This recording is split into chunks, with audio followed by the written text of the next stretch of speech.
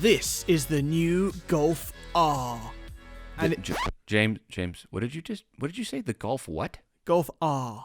The Golf what is that? A-H-H-H. No, it's the Golf R. That's what I say. Golf. What are you saying? R. Yeah, Golf R. Say the Golf R is what it's called. R. Gee, you just sound like a hurt dog. It's Golf R. The Golf R. You know what? I'll take the GTI.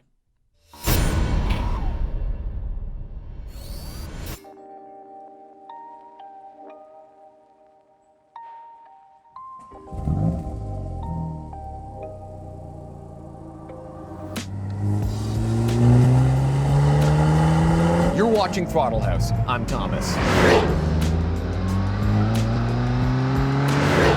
And I'm James. And this is the new Golf R. And this is the new GTI. For 2022, the Golf R and the GTI have a fresh face, more power, they're a little bit longer, and they have a new interior that everybody loves. Yeah, we'll get to that. This year, the GTI is lighter, and it starts at $31,495 Canadian. It gets a bunch of new stuff as standard, like a heated steering wheel and a limited slip differential. And as an option, we even get adaptive dampers, which in its top trim, this one has. So, it has all the potential to be the best GTI yet. The Golf R, on the other hand, is now a bit fatter and more expensive, and has less buttons. Yeah, we'll get to that. But it does have more power, at 315 horsepower and 295 pound-feet of torque, assuming you get the DSG transmission.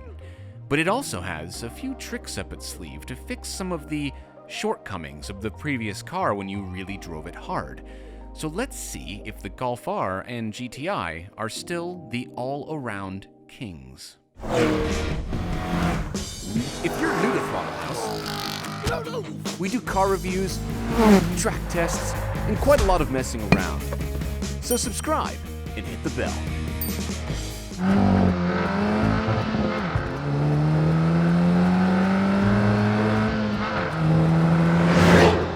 Alright, in the GTI, big name, big boots to fill. Now, it is a frigid day here in Canada, and I have heated seats, which is lovely. I don't have ventilated seats, that's reserved for the Golf R. But this has something going for it that the Golf R doesn't have. They make them right here in Mexico. Nope, vacation James, thanks for that, but that's not true anymore. The GTI and the R are all made in Wolfsburg, Germany now, which is a lovely thing to know. No, what I was going to say was that this has a 6-speed manual. Thomas has got the DSG in the R. In North America, we're very lucky because the Golf R gets a manual option as well. My English brethren, unfortunately, are stuck with only the DSG option for the R. But yes, this is the 6-speed, and you know what? Great shifter. We've lost the golf ball. We've got some golfy ball feeling on it, but I'm not happy about that. But the shifts are purposeful. They're satisfying. The clutch is, it's not obvious where the biting point is, but it's perfectly weighted for that daily drive and connection.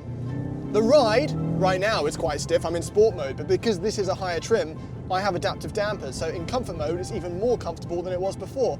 And the GTI has always towed that line really well between not too harsh and not too soft. Now we have a choice. And having driven it around the city, I don't think there is one that's too harsh, to be honest. It's tackled that perfectly. Also in sport mode, we've got some aggressive sounds happening, and it will pop and bang when you come off of the throttle in high revs, so that's kind of a bit of fun. And this year, we've got more power, 13 more horsepower, 241 horsepower in total, which is a lot for a little daily driver that starts at 30 grand. But the GTI's problem was always that it couldn't put the power down because of the front wheel drive, which is why I found myself often recommending the R. So what happens now when I launch this from a stop?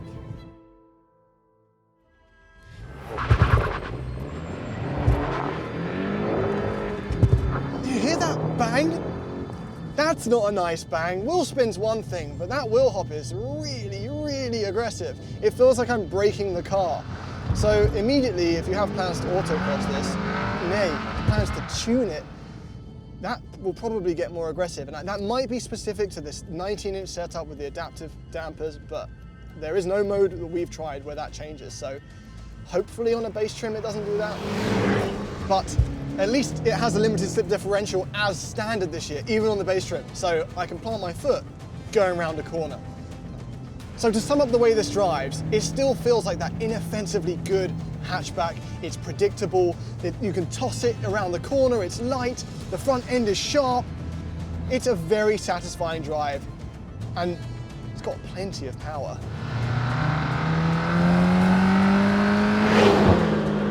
For daily driving, I still don't think this can be beat.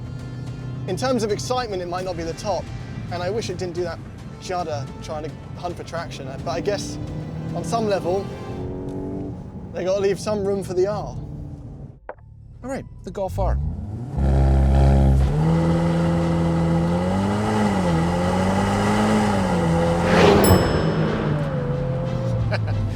It's quick. It's definitely quick. Listen, I've always liked the Golf R. It's great on the road. But when you push one of these, they've always kind of fallen apart, especially on a track. That's because it's a front-wheel drive car with some power going to the rear. But this year, they've tried to fix that problem. You see, this is a front-wheel drive-based car, and front-wheel drive-based cars tend to lose grip of the front wheels before the rear wheels in a corner. So when you want to go that way, you just keep going straight. Not fun. The only way to fix that, other than taking the engine and physically turning it 90 degrees and driving the rear wheels first, is to add a differential in the rear that can make those wheels turn faster than those wheels. And that will actually push the rear out of line. That's what the Ford Focus RS does. Now, my understanding of this car is that it doesn't do that. It can still, same as last year, only put 50% of the torque to the rear axle. The difference now is that it can put 100% of 50% to one of the two rear wheels, which should push the rear out of line a bit. So when I get on the power, now, kind of pushes that rear end out a little bit. That's cool. It makes it feel out here like it's a sporty little rear-wheel drive car, which is what you want, because understeer is boring. I want that rear end play that James always likes to talk about. I'm gonna test that more in a minute, but the rest of the car, more power this year. And this is the DSG. Everyone raves about the DSG. They love the DSG. Yes, it's very fast, the shifts are very good, but I find them kind of void of excitement, especially when you're in sport automatic mode. You can listen, there's no drama to that upshift. It literally just changes instantaneously. It's cool, makes a kind of a fart noise out back, and since I'm in Nürburgring mode, how cool is that? The exhaust is really loud and it does pops and bangs on the downshift. And that, it is a very quick car. What this car does better than almost any other car that I've driven is it crushes city commutes. It's all-wheel drive, traction control systems are very advanced, the ride is soft, and it's a fairly responsive little four-cylinder engine. You can just kind of rip it through traffic. You get from A to B very quickly in one of these, and it's easy to park. Except for the backup camera, it's weird and distorted and warped. So in the world of how this car drives on a road, not much is different, honestly. It's still very good, really comfortable. Honestly, even in the sportiest settings, the steering is better in this than it is in the GTI. It's heavier, and I find a little bit sharper. This year, there's actually more negative camber. They've adjusted the suspension. But when you really start to push a Golf R is when it all falls apart for me. Tossing it into a corner. I wouldn't dare have it in drift mode because it says that specifically for racetracks. But now on the throttle, you can start to feel that rear start to push around a little bit more. You can turn this now with your right foot. That makes this more of an engaging car on a road like this. It's playful. It's better than the previous Golf R. On the road. Track is a different story. Try that in a second. All right, Okay. on the road, fine. Improved. You're fine. Yeah. As long as you don't really push it. Especially this one. I have Yeah. I have driven this, and Yeah. the wheel hop is a thing, It's a isn't bit it? of a judder. Yeah. Yeah, bit of a judder. Anyway, aesthetically, these have actually been more controversial than I think they ever deserved to be. I think standing in front of them now, they look great. Here's the thing: is that if you compare them to the previous one, they look kind of like weird and squashed. Yeah. But in a vacuum, they actually look really good. They do look good. I Right? mean, I didn't expect to see it in pomelo yellow. Which Is that the real name of the color? Yeah, it's the real name. Pomelo. It's more of a green, and I just like, when I think GTI, I don't think green. You know, No. that's like if you got served an empanada, and instead of being, you know, like orange, yellow and whitish, it was green. Do you know what I mean? That's very. You don't have another cutaway, do you? No, that's way too specific. I would never. But why are they green? Thanks for that, James. Anyway, I like listen. Mexico. You do like Mexico. I like this little blue line here. I think it's neat. I like it. I really like the look of this. It's got the new Volkswagen badge. Yeah, That's the thing. I like the way it says R on the alloy. I like Yeah. the way it says Volkswagen on the B I pillar mean, the here. R does look a little bit like a paperclip falling down a hill. Yeah, but- or that game Line Rider where you, I don't know if you ever played that. I have not played you get that, to no. draw the line in the snow. No. Okay. No, I talked to girls in high school. So I down don't know here, what those were. this is an issue. Okay. Open that trunk for me really quick. That's not a big issue. This is a big issue to me. That opens quickly, but if you flick this one, Yeah. it goes back down. Because you got your boss ass spoiler here. It's too heavy. That shows you're a boy racer. It's too heavy. Because you can't flick it. Look, it goes like, it stops, or you actually have to force your way through the piston to get it to go up. So what you're saying is you can't get it up. Anyway, Yes. aesthetically, we've got the quad exhaust going on and Yeah. the aggressive diffuser on the R. Yep. We've got the two exhausts on the back of the GTI. Wheels look good on both of them. Oh, and also the GTI gets these funky new lights, right? The fog lights. Yeah, I actually really like those. It does look good. Okay, so since the interiors are so similar, Yes. why don't we just pick one and then we'll just talk about the differences? Okay, well, let's look at the R, and I'll tell you about the GTI while we're in it. Okay. Okay. All right. Now for the most contentious part of the Mark 8. Yeah.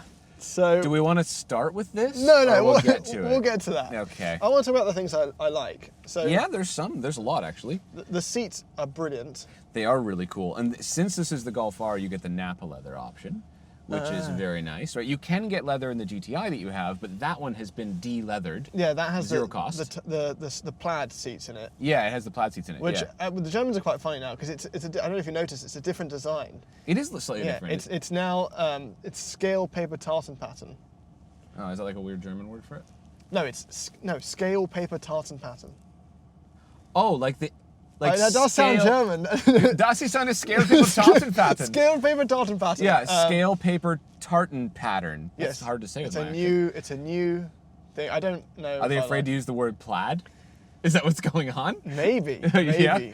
Okay. Anyway, Those are they're very incredibly cool. comfortable. They're very cool. Very comfortable. I mean, one more thing about the interior that otherwise it's the same as this. It doesn't have this golf ball shifter anymore. No. It's only like half golf I know. ball. It's a shame. Why would That's you change not cool. that? Why It's- change that? And that was a really cool part about the So they've GTI. changed the style of the plaid Yep. and they've changed the style of the shifter. Yes. So Yeah. Anyway, it's still fine. I still like it. This has the DSG, so we have this little tiny nub to select the gears, which I'm totally getting along with. It's yeah, fine. It's a okay? micro shifter. It is a micro shift. I don't know. I know you're right. Anyway, the rest of this, where do we start? Okay, first of all, the ID4. Yes. Similar technology to this, but someone had a brain fart and put haptic feedback window switches. Window switches where you had to choose with haptic feedback whether you were doing the front or the back. Right. That was- that is probably the most asinine piece of design in any car Yes. in history. Thankfully, we don't have that. No, this has actual window switches. However, here we go. Shall we start at the left and move over? Sure. Gauge cluster, actually very cool. It has a whole bunch of different views, which are all kind of cool looking. Yeah, I like people were quite upset that it didn't get the classic analog dials, but I think this is a well-executed version of it. My favorite is this one right here. I think that's the cleanest and the coolest looking. And then these little buttons on the steering wheel here, you can select what you want on each side, or you can get rid of them entirely. It's actually very intuitive, very simple, and I quite like it. But I don't like these buttons. Yeah, I think I like them more than you do, but they are not as good as physical buttons. I find that when I go to select the heated steering, I scroll, I go to the next track, Yeah. and then you can't feel anything, so it adds a vibrator, and it all hits too close to home. It's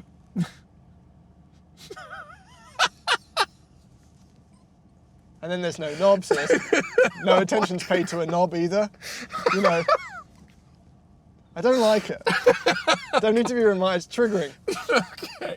But on top of that, I also find myself clicking random things. I don't know he's going to say these things beforehand. However, the steering wheel Okay. is brilliant. The steering it's wheel's like great. Audi level. Hold on, I have a complaint. I want to go back. There's nothing to do. No filing complaints. No one's listening. There's a mode button, which is also haptic feedback down here. But the problem is that when you select, R mode on the steering wheel. Cool, you go into R mode, right? Oh, we don't have that on the Race. GTI. And then under race, there's drift and special mode. Special mode is the Nürburgring mode, which is for like, it actually says it here, it gives you a full explanation. Ooh. Right? Exhaust gets louder. That's way louder. Yeah, the entire vehicle is set for optimal on the north loop of the Nürburgring, very specifically. Basically, the suspension's softer because the Nürburgring's bumpy. Everything else is really sharp. Anyway, we'll turn that off for a second and go back to comfort. But the thing is that when you click this R mode button, it forces you into that gauge cluster, Right. which I don't like at all. And I want to be able to, and I got to go back through 5 different gauge clusters every time to get to my favorite, which is that one. And now there's lag, so I'm now back to the beginning again.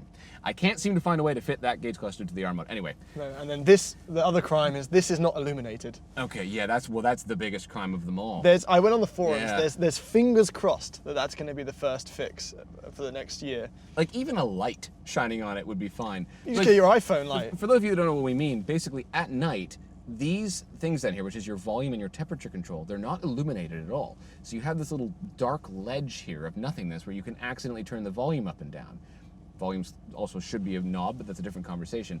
I can get along with it, but it's not perfect. The biggest issue is that since this is a touchscreen, which is a little bit laggy, you generally will rest your hand to use Apple CarPlay or whatever, Yeah. and then you will accidentally make it too hot or too cold in here, or turn the volume up or down accidentally. And all the climate is in the infotainment. That said, And the traction control is also in the infotainment from a drop-down menu, which you accidentally hit well, all the I end time. up using just CarPlay for this. I actually don't engage with this much, apart from volume, and which I can do on the steering wheel, which is annoying. But Yeah. it is not a deal breaker. No, all that said, it's not. Yeah. I would still own this car and be like, "Ha, this is the stupidest piece of design." Exactly. But it's not. I would still own the car. Yeah, if you're thinking about buying it's one. definitely a step backwards for them. I don't know why they didn't do a volume knob, cross saving. I don't know, but it's not a deal breaker. No. Otherwise, I think very comfortable in here. I really like this car, and we get a sunroof. Canada didn't get a sunroof in the previous I gen. wouldn't get a sunroof. As cost, well, it's an extra option. You don't need it. I wouldn't. I know you wouldn't, but you. Stupid.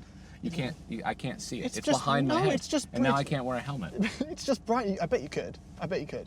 But it's just bright. It's just happy. Maybe. It's just happy. It's nice to have the option. Fine. And I think in Canada we're lucky because we get this car at a bit of a steal, to be honest, because Yes. we get it basically in Canadian dollars for what the US get it in US dollars. Yeah. So that's like a 10 if you did the actual exchange, which is not a fair way to do it, it would be like a $10,000 saving. So in Canada, it makes no sense to get that because of the few things that we. It doesn't make as much sense to get fully loaded, but the GTI if you starts cheap. Yeah. And if you don't miss out on much, you lose the dynamic chassis control, you lose the Harman Kardon, but you still get plaid seats or scale paper tartan pattern, and Yeah. basically it looks like that for 31 grand. I don't know.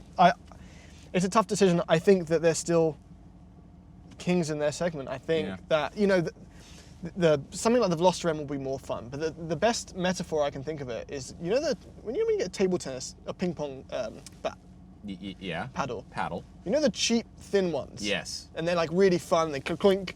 Yeah. And then one day you're like, okay, I'm gonna get into this, and you Yeah. buy that thick, heavy one. Yeah, You're like, yeah. and that's what these are. They're a little bit. They're not as rough around the edges. They're not as carefree, not as fun. No. But they're just quality. And there has been complaints that the quality of this interior doesn't match the Mark 7.5. I don't think that's true. I don't think if it is true, it's not significant enough to bother No, me. and the ambient lighting, by the way, is amazing. Can I go try and drift this now? Yeah, go on then. Okay.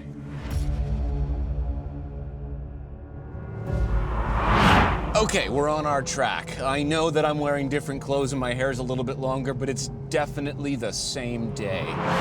All right, so I've tried all the different modes, and my favorite mode is drift mode, but then the traction control turned all the way off, obviously. And guess what? This is a really good car. I can't believe the difference. Just like in track driving compared to the previous gen Golf R, I can use the throttle and steer it around the corner, no problem. That diff just breaks the rear loose.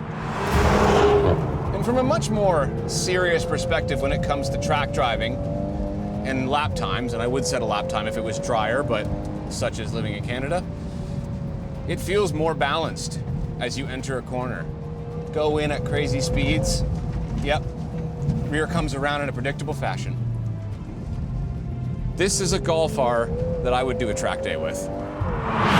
And the front end, a little bit more negative camber, as I said, is better. It turns in sharper. There's almost no understeer, and it's slick out. This is a significantly better car. And then, it'll do this.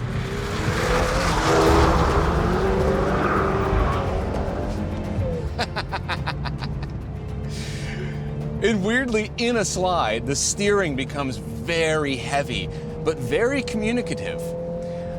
The biggest problem is the fundamental issue, that is only 50% of the power can go to the rear. So in a slide like that, you start off, everything's great, and then all of a sudden it starts to pull itself straight because, you know, it's putting power to the front, obviously. And if you want to keep it in a slide, you kind of have to kick it in again and give it another bootful of throttle. So you're kind of doing a drift and then doing a drift and then doing a drift to do one drift. It's not to say it isn't fun. I'm having a great time. This is a Golf. In fact, this is the most fun I've had in a Golf since I drove a Mark 1.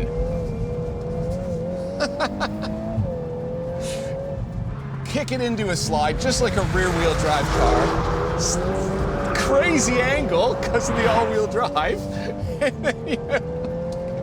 It's not, you can't do a smooth, smoky exit like you could in a rear-wheel drive car. But for just some rear-end play, it does that perfectly. I am phenomenally impressed. Forget about the weird infotainment, forget about the haptic feedback. Who cares about the lack of a volume knob? If you're looking for an all-wheel drive car that's comfortable, efficient, practical, small, affordable, look no further than the new Golf R. That sounded like a sales pitch. It wasn't. I'm not selling these. I'm just telling you that if you want one of these, buy one, because it's good. Really good.